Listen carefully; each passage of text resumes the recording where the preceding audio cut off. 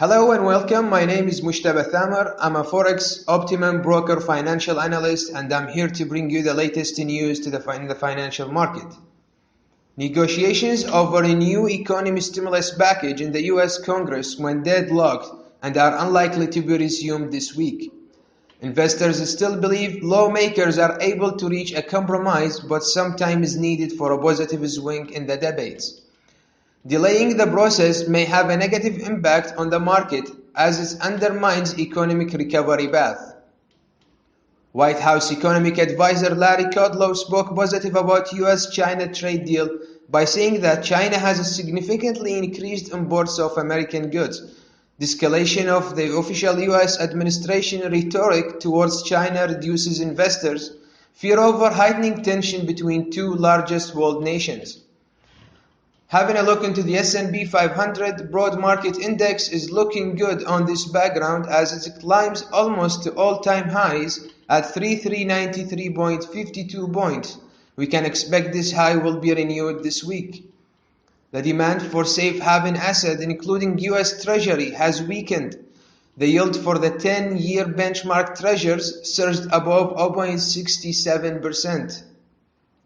Despite some slippage, world makers are still looking upward. The global economy continued to recover after recession this spring without promoting any reasons for a massive long-term sell-offs. Certainly, the economic situation looks much worse than it's in the beginning of 2020, but monetary policies worldwide are much looser too. This supports an appetite towards risky assets, primary products, including oil. OPEC plus production cuts have shifted the balance in favor of the demand in the United States. Recent crude reserves data shows a decline in reserves for the third week in a row. Reserves have decreased by 22.5 million barrels in total. It's worth saying that such a decline outperforms regular summer drop in reserves.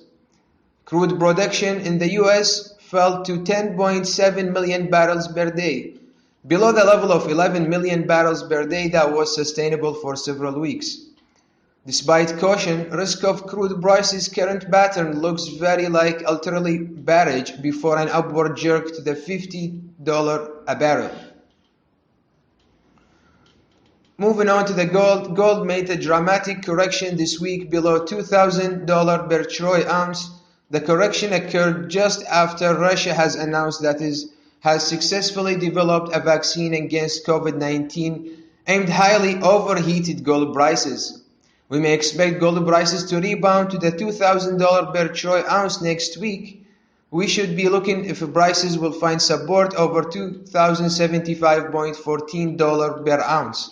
As this level will sustain as a support, then we expect a further rise of gold prices within a long-term trend.